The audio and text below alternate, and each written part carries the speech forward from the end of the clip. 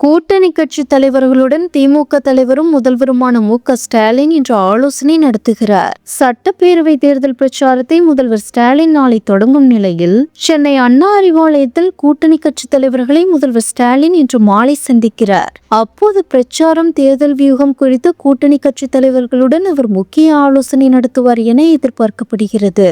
தொடர்ந்து கூட்டணி கட்சி தலைவர்களுக்கு தேநீர் விருந்தும் முதல்வர் தரப்பில் அளிக்கப்பட உள்ளதாக தகவல் வெளியாகியுள்ளது. தமிழக சட்டப்பேரவை தேர்தல் ஏப்ரல் 23 நடைபெற உள்ளது. தேர்தலை ஆளும் கட்சியான திமுக 26 கட்சிகளுடன் மெகா கூட்டணி அமைத்து சந்திக்க உள்ளது. தேர்தல் நெருங்கிவிட்டதால் திமுக கூட்டணி, அதிமுக கூட்டணி கட்சிகள் வேட்பாளர்களை அறிவித்துவிட்டு பிரச்சாரத்தில் கவனம் செலுத்த ஆரம்பித்துவிட்டது. பேரவை தேர்தலில் திமுக, அதிமுக 121 தொகுதிகளில் நேரடியாக போட்டியிடுவதால் தேர்தல் களம் இப்போதே சூடுபிடிக்க தொடங்கியுள்ளது குறிப்பிடத்தக்கது.